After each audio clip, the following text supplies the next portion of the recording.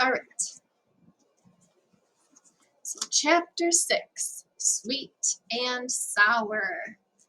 At lunch on Monday, Mila and I started investigating our subjects. Oh, remember the last time we read, they had made a list of who they thought could have taken the candy, right?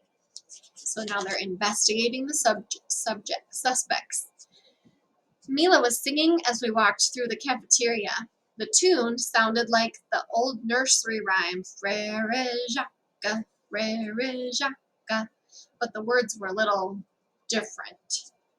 Kidnapped candy, where are you? Where are you? We would like to eat you, we would like to eat you right away, right away. That's great, I told her. It's just like a poem.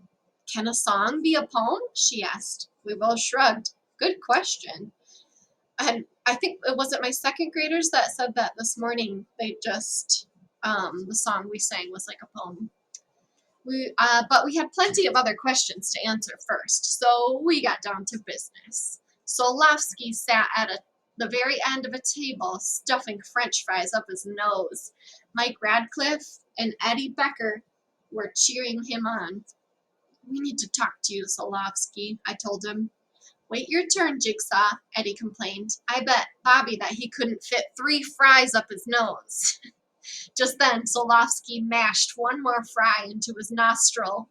Pay up, Eddie, he hooted. I never lose. Ew. Good thing I was done with lunch. Yeesh. Eddie pulled a cupcake out of his lunch bag and slid it across the table. This stinks, he grumbled, especially after our other bet. What do you want, Theodore? Solovsky suddenly interrupted, turning to me. I could tell he didn't want me to hear what Eddie was about to say.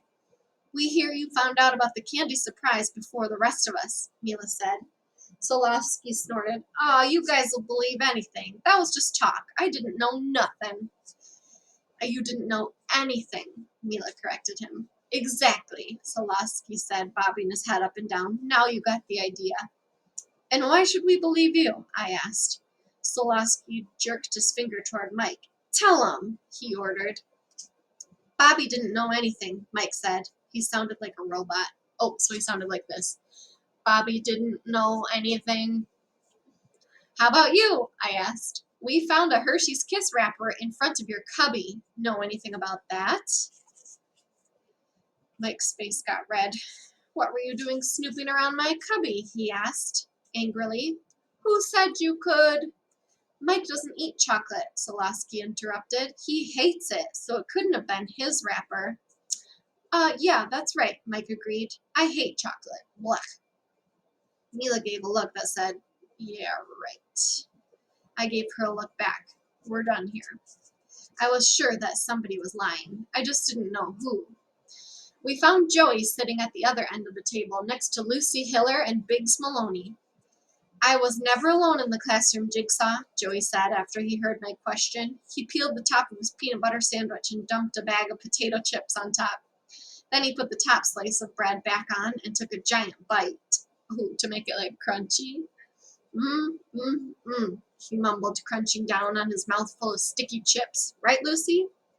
Lucy wrinkled her nose. That's so gross, she said, rolling her eyes at him. I don't think that's what he was asking you, Mila pointed out. Oh, right. Joey was never alone in the room, Lucy said quickly. I was the zookeeper last week. I fed the hamsters right after school while Joey was cleaning the erasers. We were there together every day last week. Neither of us peeked under the sheet. Joey agreed. At least, I think he agreed. I sighed. We still had 3 suspects, no leads, plenty of questions, and not a single piece of chocolate. This whole case was starting to remind me of Shakespeare. I had a hard time figuring it out. Chapter 7 is called The Right Stuff. Someone must be lying, I complained to Mila, but who? We still have one more suspect to add to our list, Mila reminded me. Who? She pulled out the slip of paper with the chocolate smudge on it. Let's find out who this belongs to. Mila showed me a book she got from the school library. It was called Right and Wrong, a handbook of handwriting. It has lots of detective tips, Mila said. It can help us figure out who this handwriting belongs to. We just need samples of everyone else's handwriting.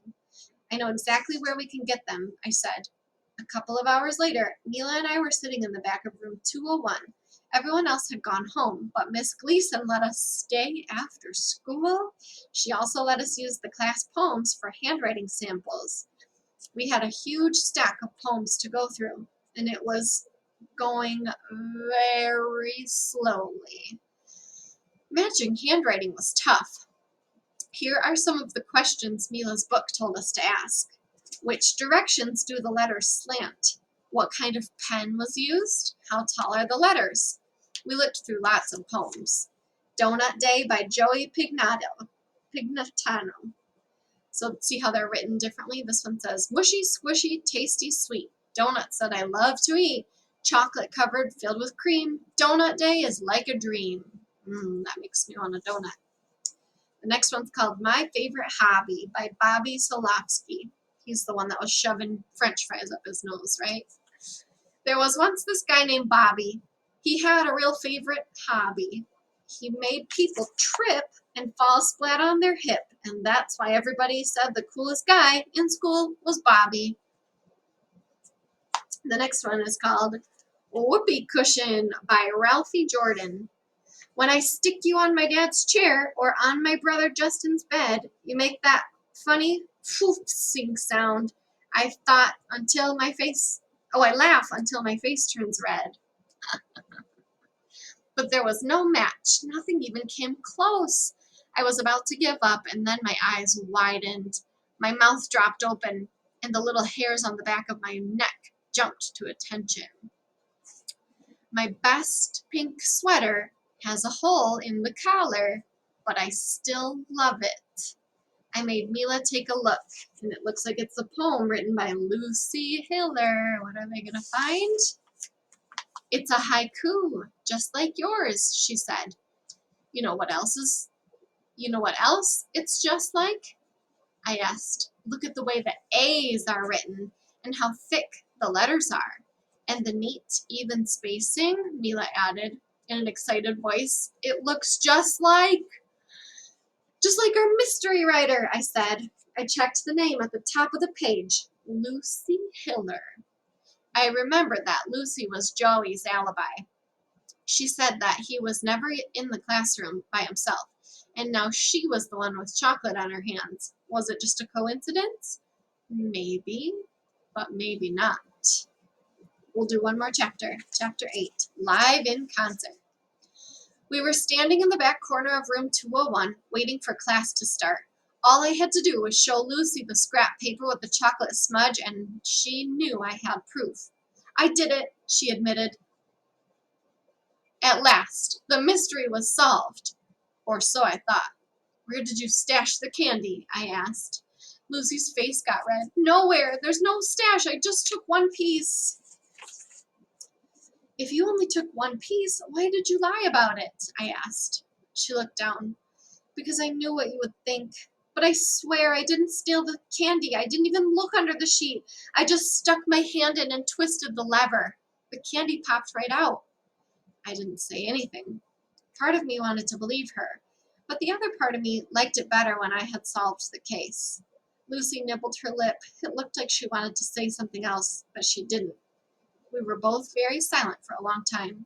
If you don't believe me, ask Joey, she said suddenly. He was there too. It was his idea. So Joey had lied too. I couldn't wait to find out why.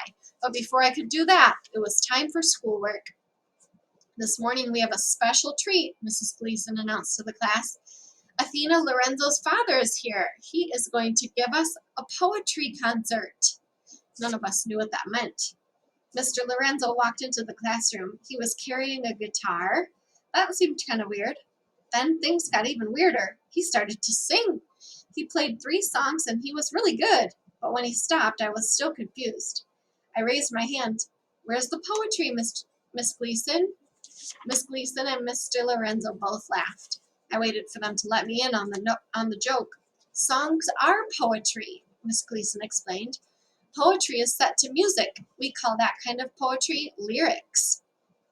Kim Lewis raised her hand. But songs aren't just words. What about the music? Isn't that the important part? Mr. Lorenzo put down his guitar and walked over to the board. He wrote lyrics, melody. You're right, he said. Both of those matter a lot when you're making music. What else is important? We called out lots of words. Rhythm, rhyme, voice, instruments. Mr. Lorenzo wrote everything on the board. They're all important, he said. They all work together to make a good song, just like the parts of a poem, Ralphie exclaimed. Exactly, Miss Gleason agreed. Every piece works together to create the song. Like a jigsaw puzzle, I said.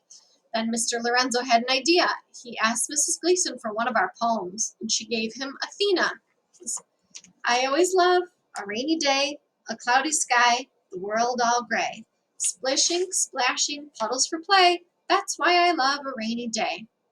He stared at it for a few minutes. He bounced his head back and forth like he was listening to the beat the rest of us couldn't hear. Then he started pointing to people to give us jobs. Biggs Maloney had to tap slow, steady beats on his desk like this. Bang, bang, bang.